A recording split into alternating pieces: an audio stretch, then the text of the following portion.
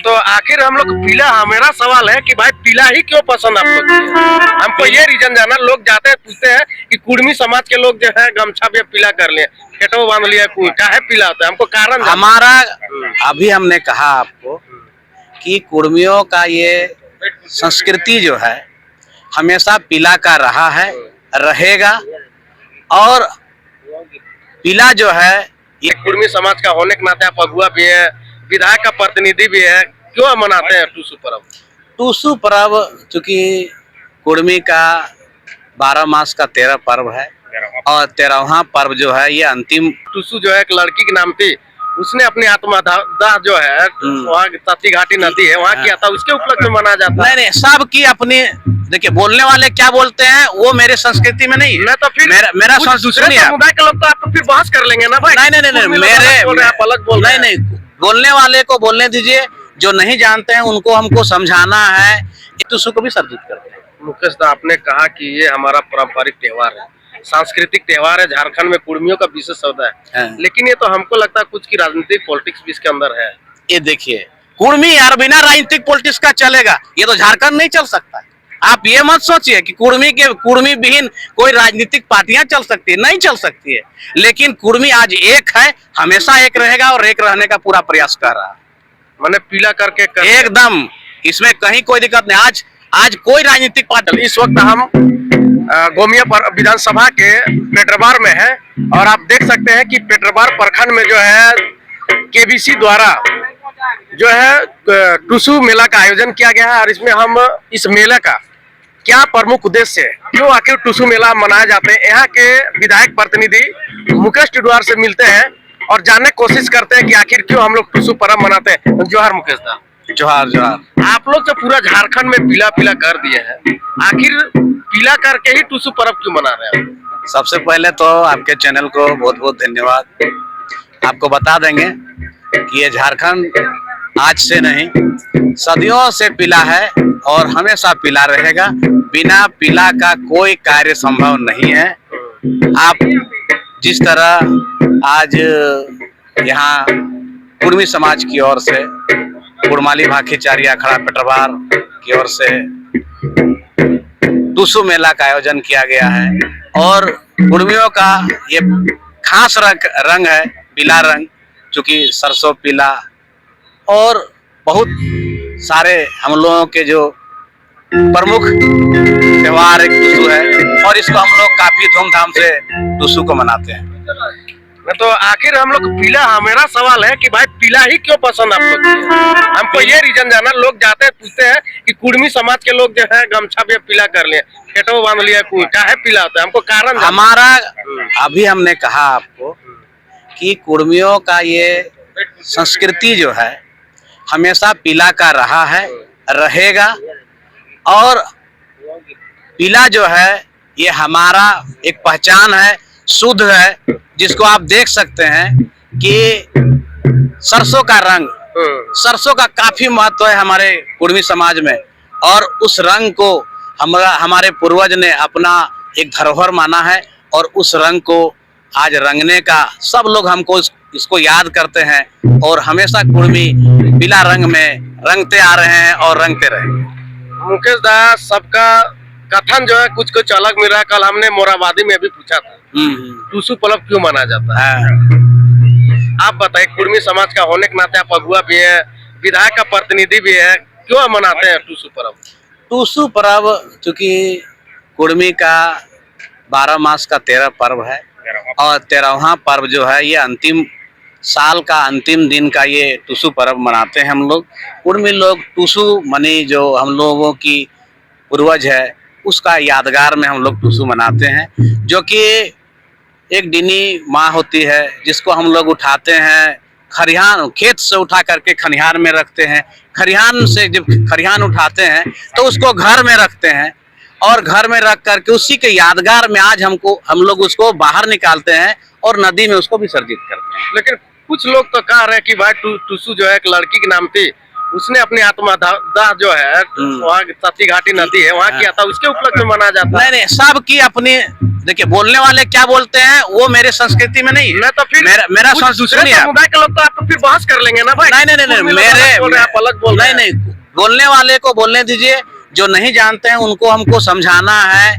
एक उसको जो नहीं जान पा रहे हैं उसको समझा करके विस्तृत तरीके से उसको इसके बारे में समझाया जाएगा और उसको इस बात का जवाब दिया जाएगा। वैसी कोई बात नहीं, खेतियान से जुड़ा एकदम खेती से जुड़ा है और कुर्मियों की संस्कृति से जुड़ा हुआ है। इसमें कहीं किसी तरह का संचय नहीं है। अच्छा, लेकिन अगर कुर्मी का बोला मुंडा मना सकता है कि नहीं? क्या चीज?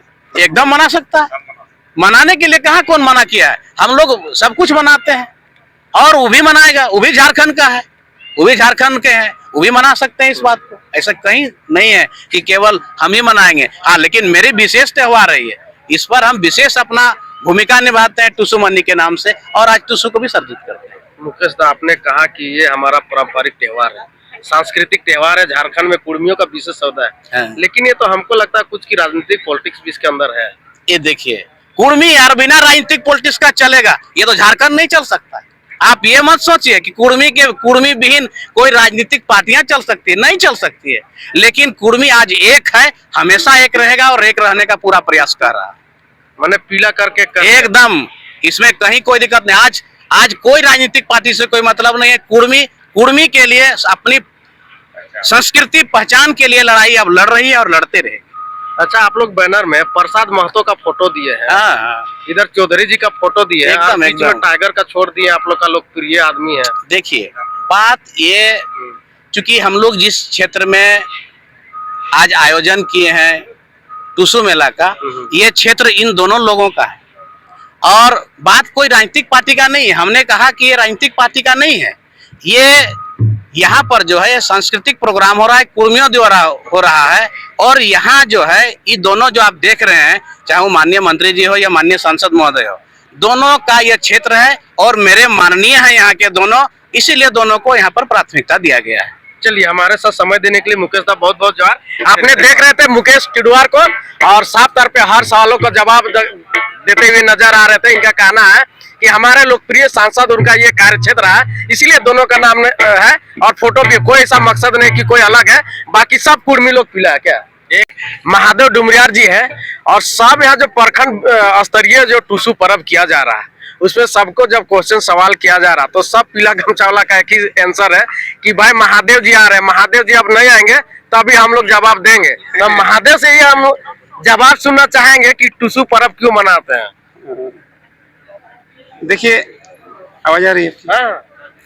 देखिए, ऐसा है कि हमारे यहाँ की जो भूमि है इसका नाम है राढ़ भूमि और यहाँ के जो लोग यहाँ जो पनपे फले फूले बढ़े, इनकी अपनी एक सभ्यता है।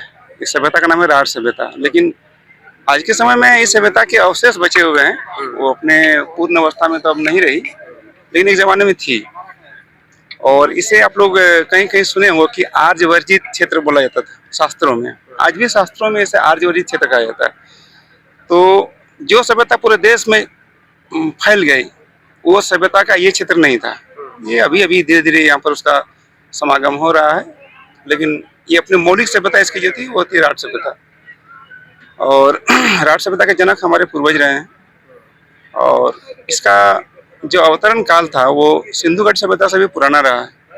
ऐसा इसके बारे में अनुसंधान किया गया है और आप लोग चाहेंगे तो इसके बारे में जानकारी प्राप्त करेंगे अच्छी तरह से पुरातात्विक सर्वेक्षण के माध्यम से। जिसका क्षेत्र जो है वो दामोदर और सोनरेखा नदी के बीच का क्षेत्र है। ये इसका मिडिल पॉइंट है। जैसे खेत का बिहन गाड़ी होता है, बिहन गाड़ी में बिहन होता है, उसको पूरे खेत में उसको चारों तरफ फैलाते हैं, तो ये क्षेत्र इसका बिहन गाड़ी है राढ़ सभ्यता का। और इसी के जब सभ्यता को एक सृजित की जाती है तो उसमें सैकड़ों हजारों साल लगते हैं।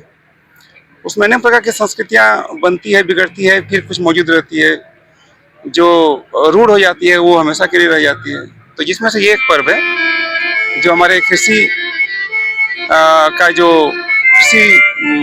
उपज है उसका जब समापन होता है कृषि कार्य का, तो उसी की खुशी में, उसी की प्रसन्नता में ये एक उल्लास भरा आयोजन है। और ये पहले प्रकृतिगत रूप से किया जा रहा था, बट अभी इसका थोड़ा सा जो आप अभी का वर्तमान जो रूप देख रहे हैं ये इसका ओरिजिनल रूप नहीं है। ये धीरे धीरे जो चेंज हुआ है, तो उसका स्वरूप हम लोग देख पा रहे हैं। ओरिजिनल कहने का रूप क्या है? मतलब, हाँ, ओरिजिनल रूप कहने क्या का है? मतलब है कि जो ओरिजिनल रूप है वो प्राकृतिकगत है, यानी कि नेचुरल है।